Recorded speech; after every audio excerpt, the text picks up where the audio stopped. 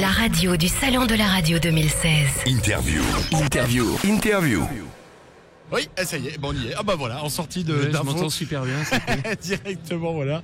On s'inquiétait du confort auditif, parce que c'est ça aussi la radio, le confort auditif. Et justement, c'est l'une des préoccupations de Raphaël Hérault de Towercast qui est avec nous.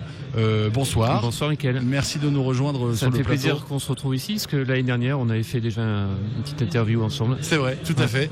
Et cette année, Towercast est l'un des partenaires importants de la radio du Salon de la Radio, car grâce à Towercast, nous sommes en RNT sur Paris. Si vous êtes en ce moment en région parisienne et que vous avez un poste qui vous permet de capter la RNT, c'est grâce à Towercast. Towercast et le Salon de la Radio, c'est une grande histoire d'amour, puisqu'on est là depuis le début en fait. Ouais. Et en effet, cette année, en discutant avec Philippe Chapeau, l'organisateur, on s'est dit mais pourquoi pas diffuser la radio du salon en RNT? On en a la possibilité. C'est l'année où le CSA vient de fixer un calendrier de déploiement de la RNT pour plusieurs années. Et puis voilà. Et on y est. Donc en effet, on peut entendre votre superbe radio sur l'ensemble de la région parisienne. Ouais. En voiture pour ceux qui ont la chance d'avoir des récepteurs RNT, ou sinon avec des récepteurs de chez Pure ou d'autres à la maison.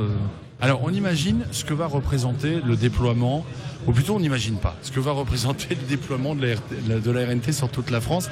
C'est un défi incroyable, parce que dès qu'on va pouvoir passer 20% de couverture de la RNT en France, on imagine que les fabricants de postes de radio, de voitures également vont devoir équiper la population. C'est ça, c'est le seuil de 20% qui va être dépassé. En effet ce qui est prévu dans la loi. Oui. Au-delà de 20% de couverture, il y a un step supplémentaire pour que les industriels de l'autoradio, des récepteurs, sortent des produits, et notamment équipent les véhicules, et qu'on trouve beaucoup plus de récepteurs sur le marché. Parce que c'est vrai que ces derniers mois, et notamment pendant Noël, tout le monde a regardé un petit peu dans les magasins ce qui se passait. On n'en trouvait pas beaucoup, mais le marché n'est pas encore vraiment suffisamment mature. Donc oui, il faut que ça parte dans de bonnes conditions, avec le maximum d'acteurs, et avec une visibilité, un calendrier qui tient la route. Mais je crois que le président du CSA sera là demain pour en parler. Oui. Pour en parler un petit peu plus. Oui, Olivier Schrabeck va faire une visite officielle demain. Il passera d'ailleurs par notre studio, évidemment, puisqu'il sera notre invité. Parce pour que répondre à ces questions. La RNT, on en parle depuis 1994, 95. C'est ce que j'allais vous dire. Ça fait très longtemps qu'on en parle, et on a l'impression Donc que ça fait 20 ans. C'est devenu un peu l'Arlésienne, quoi. Ouais, c'est clair. Voilà, on en parle. Enfin, on est c'est le moment là. On y arrive avec un calendrier de déploiement. Alors que d'aucuns jugent pas encore assez rapide dans certaines régions. Mais il faut rappeler que ça fait 20 ans qu'on attend. Ça fait 20 ans, nous on est bien placés pour le savoir, parce qu'on a testé plein de technologies, tout ce qui pouvait servir à numériser le média.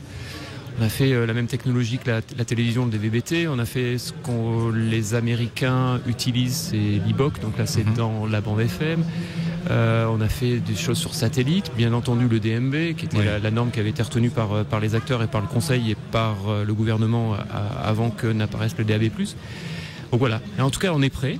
On vous le montre depuis 3 jours où on diffuse la radio du salon. Entre 2007 et 2010-2011, on a diffusé 1 à 2 multiplex sur la région parisienne pour se forger de la chaîne de diffusion, apprendre, choisir les bons équipements. Malheureusement, en 2014, quand il y a eu le lancement, on n'a pas trouvé à ce moment-là d'accord avec les opérateurs de multiplex, donc on n'a pas fait de diffusion réellement commerciale. Mais en tout cas, nos équipes sont fin prêtes, les choix d'équipements sont faits, ça peut marcher, et on a les sites pour le faire sur une bonne partie du territoire. Alors j'aimerais qu'on parle en plus de la bande FM qui va continuer d'exister, de notre développement avec les radios locales, les radios régionales, les radios nationales, le service public. Et puis notre marché, qui est le marché de la diffusion de la TNT aussi, qui va vivre un grand bouleversement au mois d'avril avec le passage au tout MP4, donc au tout HD, et qui va demander pas mal de déploiements et pas mal de modifications aussi en réception. Voilà, on va recevoir un message à nouveau sur les téléviseurs. Ça arrive déjà. Besoin d'être depuis plusieurs mois, il y a un message de temps en temps qui dit attention, est-ce que votre téléviseur est bien compatible? Alors, question de néophyte. pour ceux qui se poseraient encore la question aujourd'hui, qu'est-ce que ça va vraiment changer pour nous, la RNT, demain ? Dans un pays où il y a déjà un marché radio très développé, malheureusement pas de partout, donc dans certaines zones ça va permettre d'enrichir l'offre. Puisque le CSA le rappelle régulièrement, il y a quand même un certain nombre de villes où il n'y a pas suffisamment de radio, parce que pas assez de ressources sur la bande FM qui est saturée, soit parce que il y a des pays voisins qui l'occupent en partie, c'est normal. Donc on pense notamment à des zones comme l'Alsace, la Lorraine, certaines zones du Nord où les Belges empiètent un petit peu, et c'est normal sur la bande FM. Et puis après, dans certaines villes du centre de la France, on peut aussi étoffer l'offre. Donc ça va déjà servir à ça. Et puis à terme, à développer la couverture des axes routiers et autoroutiers aussi. Oui. Puisqu'aujourd'hui, quand on a un réseau de multivilles en FM ou un réseau national, souvent entre les villes, ça manque un petit peu de niveau de champ, et on doit se contenter de la radio d'autoroute ou des radios du service public qui, elles, ont une couverture nationale.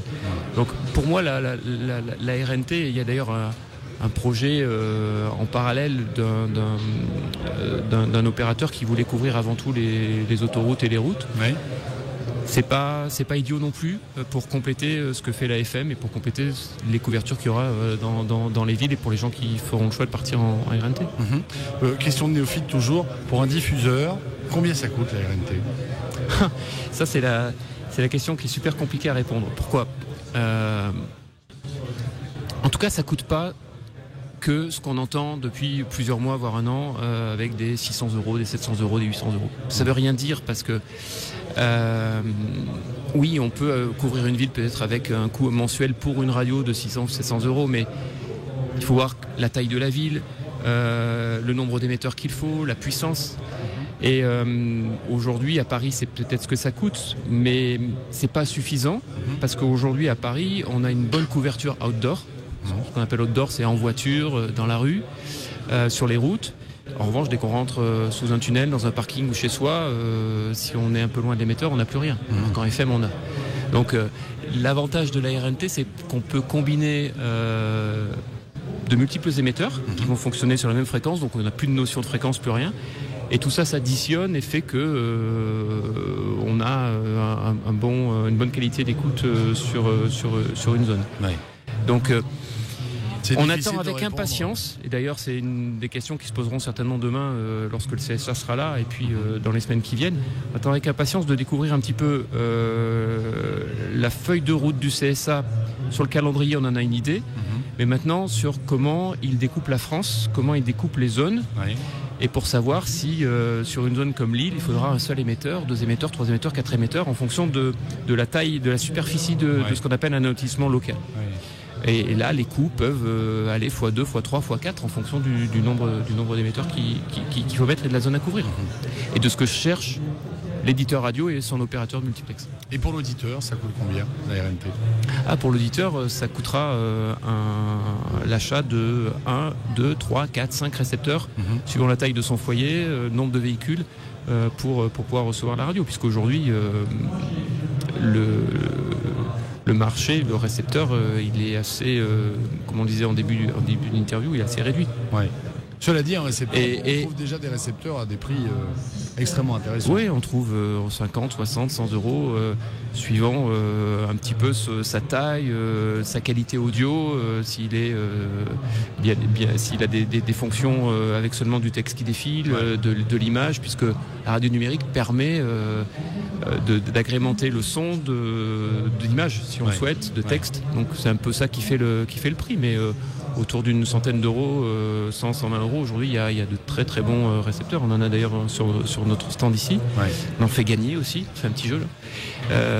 Voilà, c'est ce que ça coûtera. Il faut se rappeler qu'une enquête donnait entre 5 et 6,5 récepteurs par foyer. Oui. Donc c'est tout ça qu'il faudra remplacer. Oui. Donc ça représentera quand même un budget, mais il existe, ce que vous disiez, 50, 100 €, Moi j'ai vu des promotions pour des récepteurs moins chers que ça. Hein.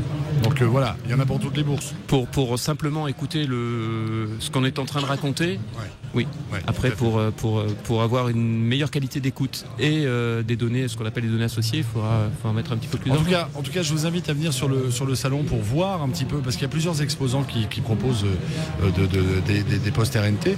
Passez au stand Towercast, qui est pas très très loin de la radio du salon, où vous allez pouvoir peut-être demander à écouter la radio du salon. Vous allez voir comment ça fonctionne. Il y a plusieurs récepteurs que vous trouverez sur l'ensemble du salon qui vous permettront de le tester. Et puis voilà, il y a des gens... Parce qu'en dehors de la radio du salon, il y a une quarantaine, je crois, aujourd'hui, de programmes qui sont en air sur la région parisienne. Hein. Exactement, donc vous allez pouvoir tester tout ça, c'est très facile. C'est juste le réflexe, moi j'en ai testé un tout à l'heure, c'est le réflexe de zapper qui n'est pas exactement le même en fait, puisque vous faites une recherche, mais c'est pas comme avant on tournait un bouton pour essayer de trouver. Là ça se passe de manière automatique. C'est ça, on cherche par le nom de la radio. Non, même pas, par le nom de la radio tout simplement. Voilà, tout simplement. On n'a plus à se soucier de dire c'est sur 90 mégas. Non, oui, c'est ça. J'ai envie d'écouter Top Music par exemple. Voilà. On va dans l'été et on trouve Top Music. Ouais. C'est un peu comme ça se passe sur Internet. Finalement, c'est un peu le même principe sur certains players.